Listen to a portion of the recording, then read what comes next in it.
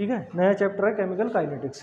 Chemical kinetics, kinetics का मतलब होता है मोशन। फिजिक्स में तुमने मोशन पढ़ा होगा। दो टर्म यूज होते हैं, एक तो होता है स्टैटिक और एक होता है काइनेटिक। स्टैटिक का मतलब होता है रुका हुआ और मोशन का, काइनेटिक्स का मतलब होता है मोशन।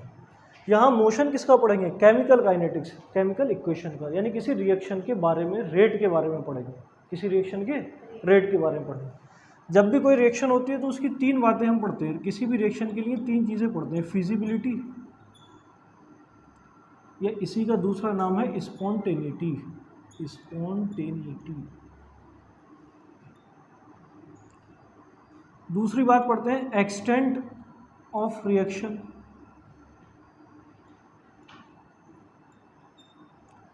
और तीसरा टर्म पढ़ते हैं हम रेट ऑफ रिएक्शन। समझते रहना ध्यान से। किसी भी केमिकल रिएक्शन के बारे में तीन बातें पढ़ेंगे हम, कि रिएक्शन होगी नहीं होगी। रिएक्शन होगी नहीं होगी वो उसकी फिजिबिलिटी बताएगी या स्पॉन्टेनिटी बताएगी कि ये रिएक्शन होगी या नहीं होगी। ये पढ़ेंगे हम थर्मोडायनामिक्स चैप्टर में। थर्मोडायनामिक्स चैप्टर में यही पता चलेगा कि रिएक्शन होनी है या नहीं होनी है। दूसरा एक्सटेंट ऑफ रिएक्शन, रिएक्शन कितनी होगी। रिएक्शन होगी तो लेकिन कितनी होगी, वो किस में पढ़ेंगे हम? वो पढ़ेंगे हम केमिकल इक्विलिब्रियम में। दूसरा चैप्टर आएगा एक केमिकल इक्विलिब्रियम। केमिकल इक्विलिब्रियम में हम ये जानेंगे कि रिएक्शन का एक्सटेंट कितना होगा, किस हद तक होगी। एक्सटेंट का मतलब होता है हद, किस हद तक होगी, कितनी होगी। और तीसरा टर्म है रेट ऑफ रिएक्शन।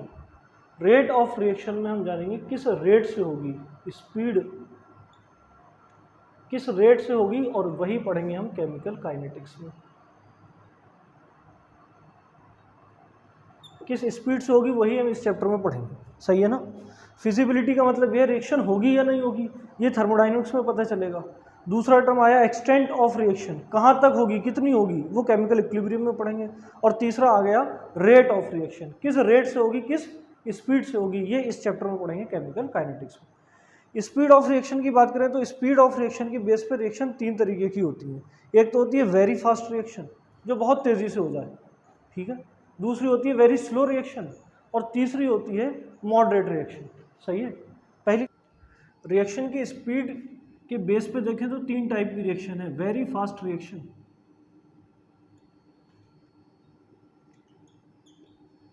जितनी भी आयनिक रिएक्शंस होती हैं वो वेरी फास्ट रिएक्शन में ही आती हैं। इसका एग्जांपल है AgNO3 की रिएक्शन अगर NaCl से करोगे तो ये बहुत तेज़ी से AgCl में कन्वर्ट होगा, और AgCl प्रेसिपिटेट बन जाएगा, और यहाँ साथ ही साथ बन जाएगा सोडियम नाइट्रेट। अब ये रिएक्शन इतनी तेज़ होती है कि इसकी काइनेटिक्स पढ़ नहीं सकते। बात समझ में आ रही है? इतनी तेज़ रिएक्शन होती है कि इसकी काइनेटिक्स हम पढ़ ही नहीं सकते, इतना टाइम ही नहीं मिलता। विद इन माइक्रो सेकेंड से भी बहुत कम सेकेंड में हो जाती है। देखो ये लगभग हो जाती है 10⁻⁻16 to 10⁻⁻14 सेकेंड्स में। अंदाज़ा लगाओ जरा, ये रिएक्शन कितनी जल्दी हो गई। 10⁻⁻16 to 10⁻⁻14, इसका मतलब समझ रहे हो?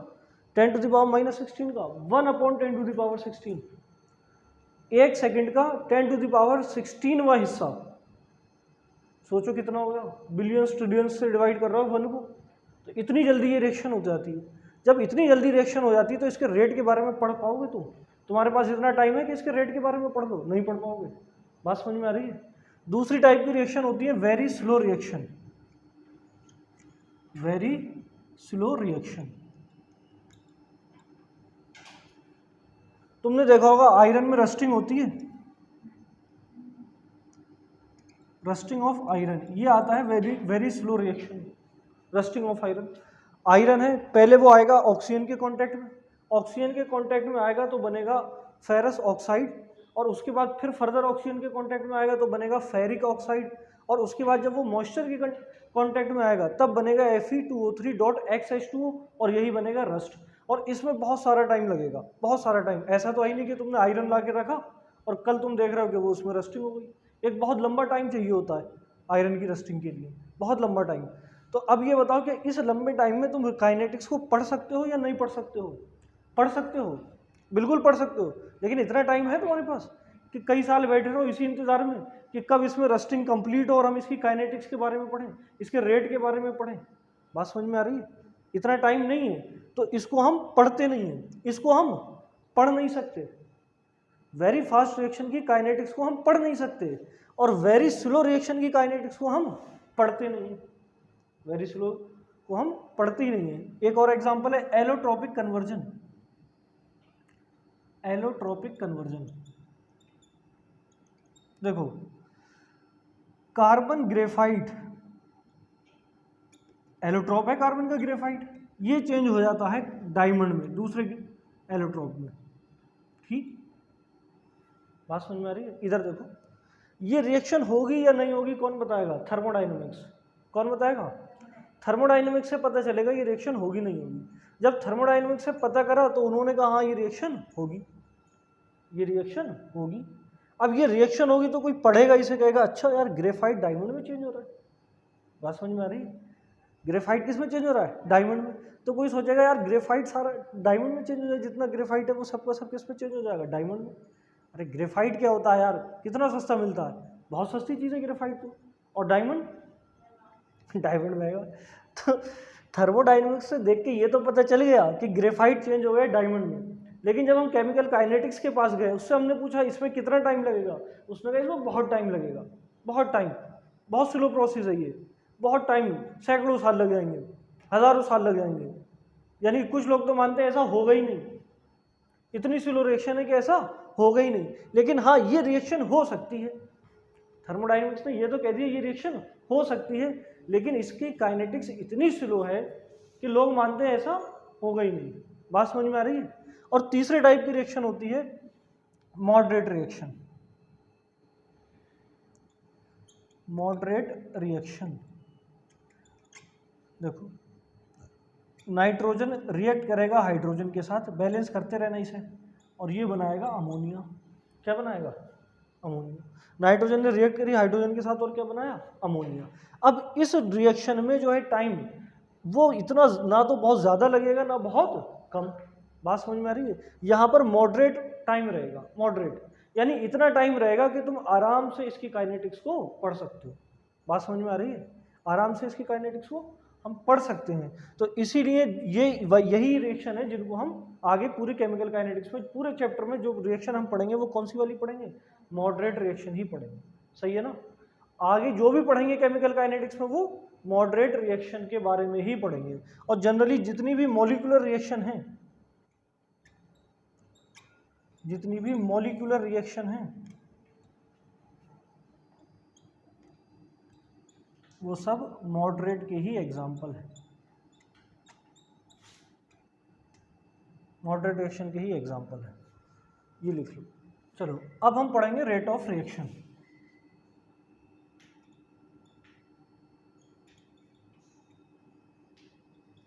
तीन टाइप की रिएक्शन थी, very fast reaction, very slow reaction और तीसरी थी मॉडरेट रिएक्शन। मॉडरेट या स्लो रिएक्शन, पूरे चैप्टर में हम मॉडरेट या स्लो रिएक्शन के बारे में ही आगे पढ़ेंगे। सही है? अब यहाँ मेन हमें पढ़ना है रेट ऑफ रिएक्शन, रिएक्शन का रेट। रेट से क्या समझते हो? किसी भी चीज़ को टाइम से डिवाइड कर दो, रेट आ जाता है। किसी भी चीज़ को, कोई भी क्वांटिटी है, कोई भी फिजिकल क्वांटिटी है, उसे टाइम से डिवाइड कर दो, रेट आ जाएगा। बात समझ में आ रही है? डिस्टेंस को टाइम से डिवाइड कर दिया, स्पीड आ गई। या इतनी डिस्टेंस ट्रेवल करी इतने इंटरवल ऑफ टाइम में, तो रेट क्या होगा, स्पीड क्या होगी बताओ? ये फिजिक्स में पढ़ते हैं, 1D 2D इसमें सब में तुमने यही पढ़ा होगा। स्पीड निकाली होगी, वेलोसिटी निकाली होगी, एक्सेलरेशन निकालो। किसी भी क्वांटिटी को टाइम से जब डिवाइड कर देते हैं उसी को क्या बोलते हैं? रेट। उसी को क्या बोलते हैं? रेट। अब ये रेट ऑफ रिएक्शन दो तरीके से तुम पढ़ोगे, एक तो एवरेज रेट ऑफ रिएक्शन,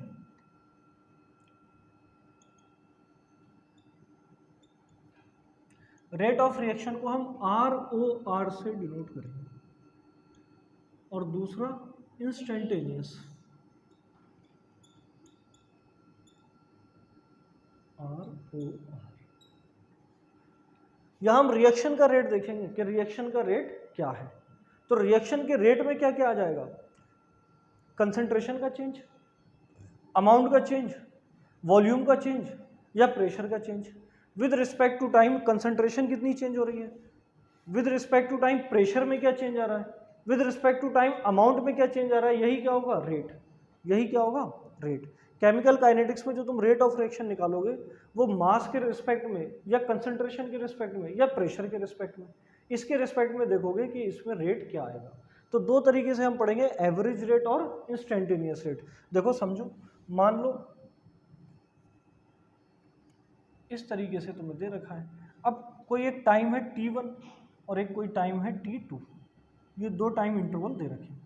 इस t1 टाइम पर कंसंट्रेशन C1 थी और इस t2 टाइम पर कंसंट्रेशन C2, ठीक है, t1 पे C1 और t2 पे C2। अब यहाँ पर तुमसे पूछे average rate of reaction, rate of reaction पूछे एवरेज, तो कैसे निकालोगे, तुम कहोगे final concentration minus initial concentration upon change in time T2 minus T1। बात समझ में आ रही है? यानी अगर तुम्हें एवरेज रेट निकालना है तो तुम कहोगे delta C upon delta T, ये तो हो गया एवरेज। किसी T1 टाइम से तुमने शुरू की रिएक्शन, T1 टाइम पे कंसंट्रेशन C1 थी और T2 टाइम पे कंसंट्रेशन C2 हो गई, तो यहाँ पर जब तुम्हें रेट निकालना होगा तो तुम फाइनल माइनस इनिशियल करोगे। चेंज जब भी हम निकालते हैं तो फाइनल माइनस इनिशियल निकालेंगे, तो change in concentration upon total interval of time, सही है, change in concentration upon total interval of time. तो यहाँ तुमने C2 माइनस C1 किया तो डेल्टा C आ गया और टाइम से डिवाइड कर दिया, ये तो हो गया एवरेज रेट। ये तो क्या हुआ, अब किसी पर्टिकुलर पॉइंट ऑफ टाइम पे पूछे कि हाँ बताओ 4th सेकंड में क्या रेट होगा या 6 सेकंड में क्या रेट होगा या 8 सेकंड, यानी यहाँ किसी भी एक पर्टिकुलर टाइम पे दे दे तो उसी को, मान लो यहाँ पर अगर पूछने लगे तो उसी को हम क्या बोल देंगे, इंस्टेंटेनियस रेट, उसी को क्या बोल देंगे हम। और इंस्टेंटेनियस रेट ऑफ रिएक्शन को हम लिखेंगे dC बाई dt से, ठीक है ना, dC by dt, instantaneous rate को लिखेंगे हम dC बाई dt से, ठीक है। लिखो जरा, अब हम पढ़ने जा रहे हैं रेट एक्सप्रेशन। हम लिखेंगे कैसे, रेट को हम लिखेंगे कैसे, देखो कोई भी रिएक्शन है A से B, तो अगर इसमें तुम्हें रेट ऑफ रिएक्शन बताना है तो तुमने देखा होगा हम लिखते हैं D minus DA by DT is equal two plus DB by DT। इस तरीके से हम रेट ऑफ रिएक्शन लिखते हैं, इस तरह से हम रेट ऑफ रिएक्शन किसी भी रिएक्शन के बारे में ऐसे लिखते हैं। अब इस रिएक्शन का जो रेट है वो हमें दो बातों से पता चलेगा, दो बातों से, कि A कितना कम होता जा रहा है, रिएक्टेंट कितना घटता जा रहा है, विद टाइम, टाइम के साथ साथ रिएक्टेंट कितना घटता जा रहा है, और प्रोडक्ट कितना बढ़ता जा रहा है, बनता जा रहा है नया। इसके हिसाब से तुम रेट बता लोगे। इन दोनों का रेट, अगर तुम्हें रेट ऑफ रिएक्शन निकालना है किसी केमिकल रिएक्शन का तो रिएक्टेंट और प्रोडक्ट की हेल्प से बताओगे। रिएक्टेंट विद टाइम कितना घटता जा रहा है और प्रोडक्ट विद टाइम कितना बढ़ता जा रहा है, यही तो रेट, इसी से तो रेट निकालोगे तुम। बात समझ में आ रही है? अब देखो यहाँ जो माइनस आया है, माइनस वो किस लिए लिया है, ये रिएक्शन से समझो, हमने मोल कॉन्सेप्ट तो पढ़ ही लिया है। ए मान लो कन्वर्ट हुआ बी में, ए किस में कन्वर्ट हुआ, ए के हमने ले लिए 5 mole, T is equal to 0 time पे, तो बी के कितने मोल होंगे 0, ठीक है। तो अगर ए के किसी टी टाइम पर 2 मोल खर्चा होंगे तो बी के कितने मोल बनेंगे 2, इतना ही बनेंगे। अगर किसी टाइम पर ए के 2 मोल खर्चा होंगे तो बी के कितने मोल बनेंगे 2 मोल बनेंगे, नहीं बनेंगे? बोलो ये बात समझ में आ रही है? बी के कितने मोल बनेंगे 2 बनेंगे। अब तुम देखो, जब तुम 5 में से 2 मोल चले गए, 2 मोल चले गए ना, और यहाँ कितने बने 2, यहाँ कितने बने 2, फाइनली यहाँ मोल रह कितने गए 3 रह गए ना, फाइनल मोल कितने रह गए 3 रह गए, और यहाँ कितने बने फाइनली 2, ये रिमेनिंग है, रिमेनिंग कितना है 3 है, और यहाँ बने कितने हैं 2। तो अगर मैं चेंज निकालूं ए में चेंज निकालें तो देखो कैसे आएगा। ए में जब हम चेंज निकालेंगे तो फाइनल माइनस इनिशियल कितना आ जाएगा माइनस का 2, कितना आएगा माइनस का 2, और यहाँ पर फाइनल 2 है, इनिशियल 0 था, तो यहाँ भी कितना आ जाएगा 2, दोनों जगह क्या आया 2। चेंज दोनों जगह कितना आया 2, यहाँ माइनस का 2, यहाँ प्लस का 2, यहाँ किसका आया प्लस का 2। रेट जब भी निकालेंगे हम, रेट जब भी निकालने जाएंगे तो रेट हमेशा पॉजिटिव आएगा, रेट हमेशा पॉजिटिव आएगा, रेट कभी भी निगेटिव नहीं आएगा।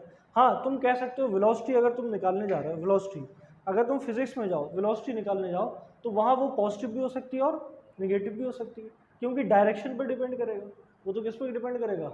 लेकिन कभी भी स्पीड निगेटिव नहीं होती, स्पीड कभी भी निगेटिव नहीं होती है। वेलोसिटी निगेटिव हो सकती है, स्पीड कभी भी निगेटिव, स्पीड हमेशा पॉजिटिव होगी। या तो तुम चल रहे हो या नहीं चल रहे हो, निगेटिव का क्या मतलब है, निगेटिव का कोई मतलब ही नहीं है।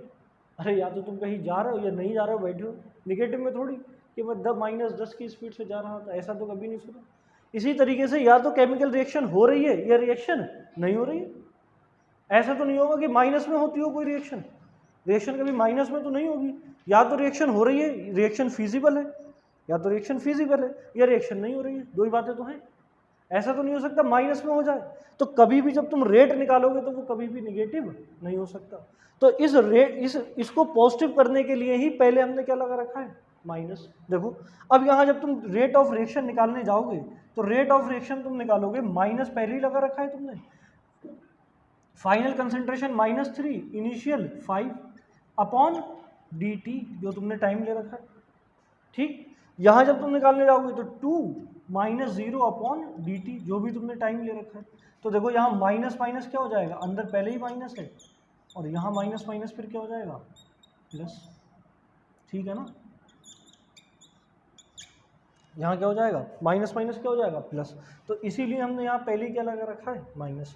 ज़रा नोट करना इतना, यहाँ लिख लेना -dA/dt जो है वो रेट ऑफ डिसअपियरेंस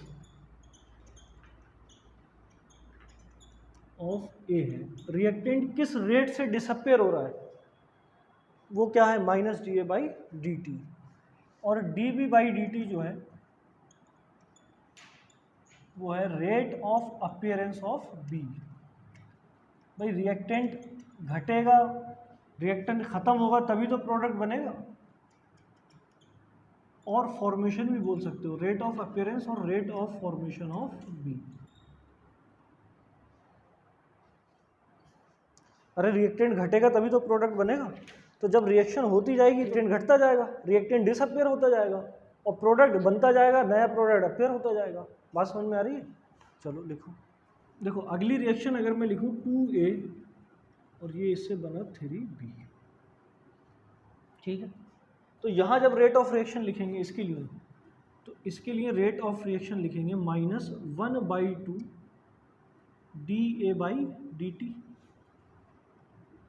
dA/dt, और इसको लिख देंगे +1/3 dB/dt, ठीक। यानी जो कोफिशिएंट दे रखे हैं, कोफिशिएंट जो दे रखे हैं उसी को क्या कर दिया डिवाइड, कोफिशिएंट को ही क्या कर दिया डिवाइड। यहाँ 3 दे रखा है, इसको डिवाइड कर दिया नीचे। बात समझ में आ रही है। जो भी कोफिशिएंट दे रखा है रिएक्शन में उससे क्या कर दो डिवाइड, उससे क्या कर दो। रेट ऑफ रिएक्शन अगर तुम्हें निकालना है तो जो भी कोफिशिएंट दे रखा है उससे डिवाइड कर दो उसे। और यहाँ देखो 3 दे रखा है तो हमने 3 से डिवाइड कर दिया। अच्छा माइनस क्यों लिखा है यहाँ, ताकि रेट को हम क्या कर दें प्लस, रेट को क्या कर दें प्लस, इसलिए रिएक्टेंट में हमेशा माइनस लगाते हैं। बात समझ में आ रही है। अब इसे समझो ज़रा, देखो कोई रिएक्शन हो रही है 2A से 3B, ठीक सही है। यहाँ 5 मोल लिए A के, T = 0 टाइम पे, तो यहाँ B के कितने मोल बनेंगे 0, B के कितने मोल बनेंगे 0 बनेंगे। T = 0 पे तो कुछ अभी रिएक्शन हो नहीं रही। अब तुमने देखा कि T = T टाइम पर A के 2 मोल खर्च हो गए, तो B के कितने मोल बनेंगे, B के कितने मोल बनेंगे, इसके अगर 2 मोल, इसके अगर 2 मोल खर्चा हो गए तो इसके कितने मोल बनेंगे 3। अरे स्टिक्योमेट्री देखो ना, यहाँ 2 है यहाँ 3। अरे स्टिक्योमेट्री मैंने तुम्हें पढ़ाया था नहीं पढ़ाया था। अगर इसके 2 मोल खर्च हो रहे हैं तो इसके कितने मोल बनेंगे 3। तो देखो यहाँ अगर 2 मोल खर्च हुए तो यहाँ बनेंगे 3 मोल, सही है। अब तुम देखो यहाँ 3 मोल बचे, यहाँ कितने बचे? 3। और यहाँ कितने बन गए? 3 मोल बन गए। अब देखो यहाँ रेट दोनों का अलग अलग हो गया, इस वाले का रेट अलग हो गया, इस वाले का रेट अलग, दोनों का रेट अलग आया। इससे पहले क्या हुआ था, जितनी देर में ए के 2 मोल खर्चा हो रहे थे उतनी ही देर में बी के 2 मोल बन रहे थे, यानी दोनों में रेट सेम था।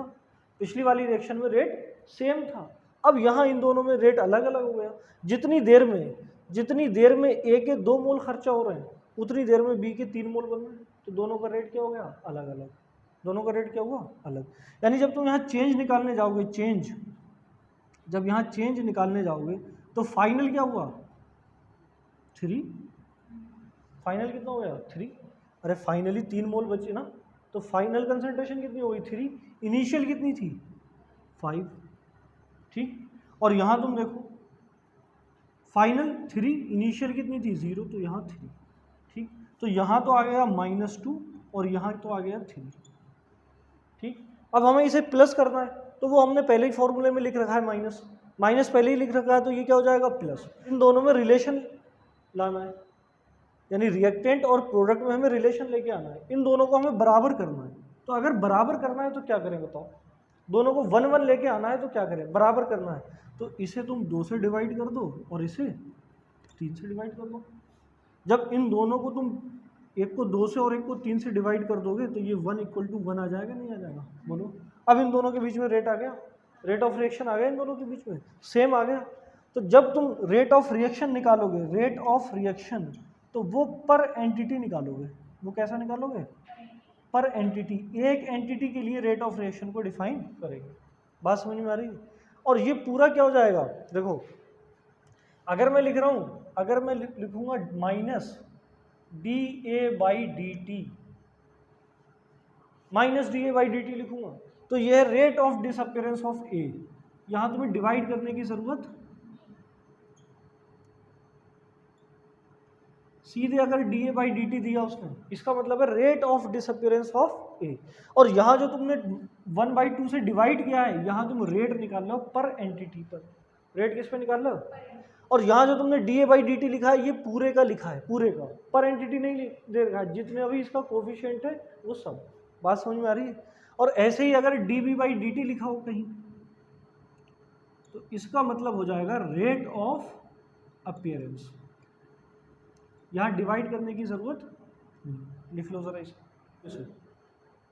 हमें इन दोनों के बीच में रिलेशन सेट करना है, रिएक्टेंट और प्रोडक्ट के बीच में, रिएक्टेंट और प्रोडक्ट के बीच में एक्सप्रेशन लेके आना है, यानी इन दोनों का रेट इक्वल करना है, इन दोनों का रेट इक्वल करना है। तो देखो, हमने रेट इक्वल करने के लिए ही 2 से डिवाइड किया है, ताकि दोनों जगह 1 1 आ जाए, सेम आ जाए। तो यहाँ हमने 2 से डिवाइड कर दिया, यहाँ 3 से। देखो, रिएक्शन मैंने पूरी तुम्हें समझाई। तुमने स्टार्टिंग 5 मोल से की ए के, और उसमें बने कितने उस टाइम? 0 मोल बी के। अब किसी टी टाइम पर अगर ए के 2 मोल खर्च हुए हैं, तो बी के कितने बने हुए? 3। तो यहाँ जब चेंज निकालोगे तो फाइनल चेंज यहाँ 3 हो गया। अरे फाइनल कंसंट्रेशन 3 मोल हो गई, इनिशियल 5 थी, तो चेंज कितने का आया होगा? 2 का। और यहाँ कितना आया? 3 आया। अब इन दोनों को तुम्हें बराबर करना है। रेट जब निकालोगे, रेट ऑफ रिएक्शन जब निकालोगे, पर एंटिटी पे निकालोगे। किस पे निकालोगे? यानी तुम्हें इन दोनों को रेट पूरी रिएक्शन का बराबर होगा। इसका डिसअपियरेंस और इसका अपीयरेंस, इन दोनों की स्पीड अलग अलग है।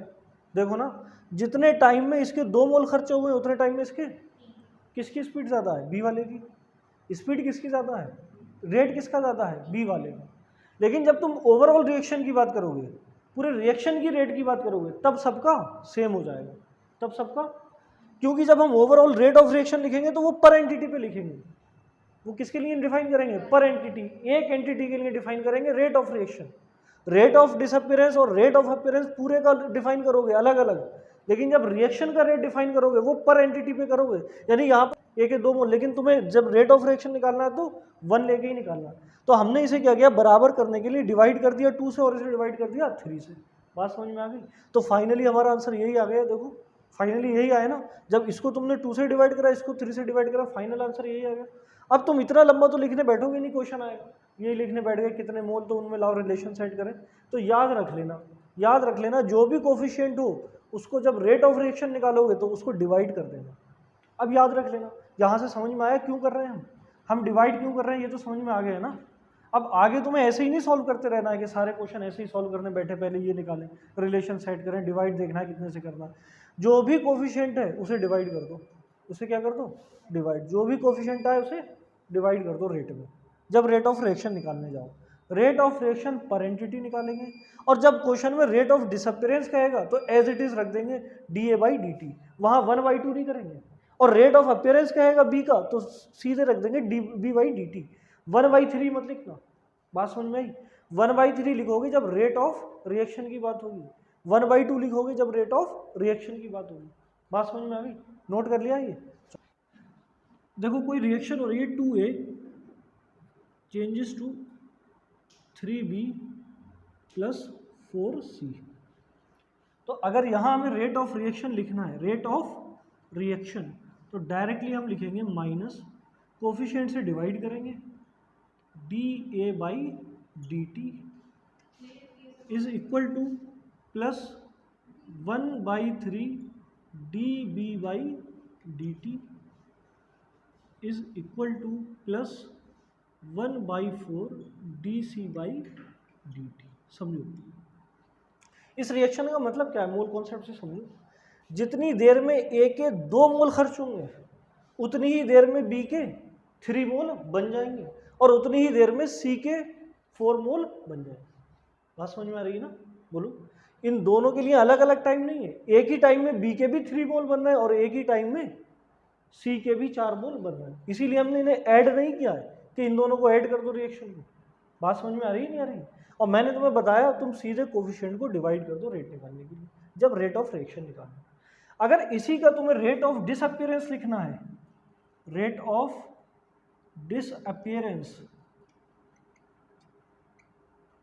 ऑफ A लिखना है, तो सीधे तुम लिखोगे माइनस dA/dt। जब रेट ऑफ डिसअपियरेंस लिखोगे तो पूरे का लिखोगे, जब रेट ऑफ रिएक्शन निकालोगे तो पर एंटिटी निकालोगे, तो कोफिशिएंट से डिवाइड कर देंगे। अगर rate of appearance of B दे रखा है तो सीधे लिखोगे dB/dt। और अगर rate of appearance of C का है तो सीधे लिख दोगे dC/dt।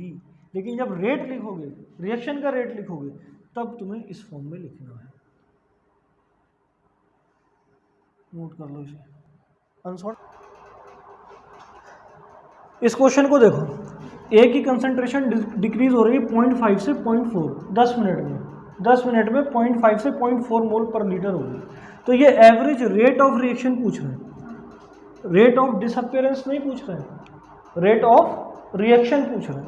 तो तुम पहले रेट ऑफ रिएक्शन लिख लो यहाँ से। रेट ऑफ रिएक्शन कैसे लिखोगे? -1/2 dA/dt। तो ये हो जाएगा -1/2। कंसंट्रेशन कितनी चेंज हो गई? फाइनल हो गई -4.4, इनिशियल थी 0.5 अपॉन टाइम इंटरवल कितना दे रखा है 10 मिनट। तो देखो यहाँ आंसर आ जाएगा, माइनस से माइनस कैंसिल हो जाएगा, 1/2 इंटू 0.1 अपॉन 10। इसको और सॉल्व करो तो 0.1 अपॉन 20 हो जाएगा। तो जब इसको तुम और सॉल्व करोगे तो ये हो जाएगा 0.005। अब समझो यहाँ रेट ऑफ रिएक्शन, इधर समझो, रेट ऑफ रिएक्शन है concentration upon time, concentration of time. तो कंसंट्रेशन की यूनिट होती है मोल पर लीटर, मोल पर लीटर, और टाइम की तो जनरली सेकंड होती है। यहाँ मिनट में दे रखा है तो तुम मिनट में निकाल दो, चेक कर लेना। तो रेट ऑफ रिएक्शन की यूनिट क्या हो जाएगी? मोल पर लीटर पर सेकंड। लेकिन यहाँ तुम्हें टाइम मिनट में दे रखा है तो ये आ जाएगा मोल पर लीटर पर मिनट। चलो करो इसे। कोई रिएक्शन दे रखी है, N2O5 चेंज हुआ 2NO2 में प्लस हाफ O2 में। Correct concentration of NO2 is 6 × 10⁻³ molar after minutes of start of reaction. Reaction start होने के बाद कंसंट्रेशन NO2 की 6 × 10⁻³ है। पूछ रहे हैं calculate rate of appearance of NO2 over first 10 minute. अब देखो यहाँ तुम्हें रेट ऑफ रिएक्शन नहीं पूछा जा रहा है, बल्कि पूछा जा रहा है कैलकुलेट रेट ऑफ अपीयरेंस। क्या पूछा जा रहा है? कैलकुलेट, रेट तो लिखना ही भूल गए, rate of appearance of NO2। अगर रेट ऑफ रिएक्शन पूछता तो वहाँ तुम क्या लिखते, रेट ऑफ रिएक्शन, यहाँ इसके में रेट ऑफ रिएक्शन क्या लिखोगे, रेट ऑफ रिएक्शन इसके लिए लिखोगे DN2O5 by dt is equal to 1/2 DNO2 by dt, plus लगा लेते पहले, इज इक्वल टू 2, ये 2 कैसे आया ऊपर, समझ में आया, कोफिशिएंट जब डिवाइड किया तो 2 ऊपर आ जाएगा। रेट ऑफ रिएक्शन पूछता तो हम ऐसे करके निकालते, और इसमें अगर रेट ऑफ रिएक्शन पूछ लेता तो ये वाला फॉर्मूला लगा देते, NO2 के बारे में जानकारी दे रखी है, हम आंसर निकाल लेते। लेकिन यहाँ उसने पूछा है rate of appearance of NO2, तो हम NO2 की कंसेंट्रेशन लिखेंगे सीधे और डिवाइड कर देंगे गिवन टाइम से। NO2 की कंसेंट्रेशन दे रखी है 6 × 10⁻³ टाइम दे रखा है 10 मिनट्स, ये हो जाएगा 6 × 10⁻⁴, आंसर आ जाएगा 3rd। हमने 1/2 क्यों नहीं लिखा, क्योंकि यहाँ rate of appearance of NO2 पूछा है, अगर रेट ऑफ रिएक्शन पूछा होता तब ये वाला फॉर्मूला यूज़ करते। बात समझ में आ गई। देखो एक रिएक्शन दे रखी है, 2NO2 चेंज हो रहा है 4NO2 में और O2 में। अब इसमें कह रहे हैं NO2 की कंसेंट्रेशन बढ़ रही है 1.6 × 10⁻² मोल पर लीटर, सही है, कितने सेकंड में, 4 सेकंड में। तुम्हें बताना है NO2 के फॉर्मेशन का रेट, O2 के फॉर्मेशन का रेट और N2O5 के डिसअपियरेंस का रेट, और फाइनली रेट ऑफ रिएक्शन बताना। ये 4 ऑप्शन नहीं है, 4 अलग अलग क्वेश्चन है, ठीक है ना, कहीं समझो कि 4 ऑप्शन दे रखे। तुम क्या करो, जो सबसे लास्ट क्वेश्चन है रेट ऑफ रिएक्शन, पहले वही निकाल लो, पहले वही निकालो। देखो इसमें जब तुम रेट ऑफ रिएक्शन निकालोगे तो वो आ जाएगा -1/2 DN2O5 upon dt is equal two plus 1/4 DNO2 by dt is equal two plus DO2 by dt। Rate of reaction निकालो। रेट ऑफ रिएक्शन हमेशा पर एंटिटी निकालते हैं, तो जब पर एंटिटी निकालेंगे तो कोफिशिएंट से डिवाइड कर देंगे, डिवाइड कर दिया। ये अननोन है, ये भी अननोन है, इसके बारे में कोई जानकारी नहीं दे रखी है क्वेश्चन में, जानकारी दे रखी है इसके बारे में। पूरी रिएक्शन का रेट सेम होगा, इनके अपने पर्सनल रेट तो अलग अलग हो सकते हैं, इनकी स्पीड तो अलग अलग हो सकती है। और देखो तुम अगर पहचान पाओ मोल कॉन्सेप्ट से, अगर N2O5 के 2 मोल खर्च होंगे तो NO2 के 4 मोल बनेंगे और ऑक्सीजन का 1 मोल बनेगा। और इसी को अगर मैं टाइम से डिवाइड कर दूं तो रेट आ जाएगा, टाइम से डिवाइड कर दिया तो क्या आ जाएगा, रेट। यानी इसका रेट कुछ और होगा, इसका रेट कुछ और होगा, इसका रेट। जितने टाइम में N2O5 के 2 मोल जा रहे हैं उतने ही टाइम में NO2 के 4 मोल बन रहे हैं, और उतने ही टाइम में ऑक्सीजन का 1 मोल बन रहा है, ठीक। लेकिन पूरी रिएक्शन का जब तुम रेट देखोगे तो वो सेम होगा, वो सेम होगा। और रिएक्शन का जब रेट निकालोगे तो पर एंटिटी निकालोगे, एक के लिए कितना टाइम लगा, तो वो सबका क्या हो जाएगा, सेम। बात समझ में आ रही है। अब जो भी तुम्हें क्वेश्चन में दे रखा हो उसको उठा लो और उससे रिलेट कर लो। अरे रेट ऑफ रिएक्शन इसके भी बराबर है, इसके भी बराबर है, और इसके भी दे रखा है क्वेश्चन में ये, तो इसी को उठाओ। देखो तो रेट ऑफ रिएक्शन हो जाएगा 1/4। NO2 की कंसेंट्रेशन कितनी बढ़ी है, 1.6 × 10⁻², और टाइम कितना दे रखा है, 4 सेकेंड। टाइम कितना दे रखा है, 4 सेकेंड। तो इसे सॉल्व करो ज़रा, ये आ जाएगा 4 से 4.4 हो जाएगा ये, और ये कैंसिल हो जाएगा, रेट आ जाएगा 10⁻⁻3। रेट ऑफ रिएक्शन कितना आ जाएगा, 10⁻⁻3। अब अगर पहला ही क्वेश्चन है, पहला क्वेश्चन तो आसान है, rate of formation of NO2। जब रेट ऑफ फॉर्मेशन हो तब हम कोफिशिएंट से डिवाइड नहीं करते, हम सीधे लिखेंगे DNO2 अपॉन dt। तो ये आ जाएगा 1.6 × 10⁻⁻² अपॉन टाइम दे रखा है 4, तो 0.4 आएगा। 0.4 को हम 1 0 यहाँ बढ़ा लेंगे तो ये आ जाएगा 4 × 10⁻³ मोलर पर सेकेंड, ठीक है। सेकंड क्वेश्चन है rate of formation of O2।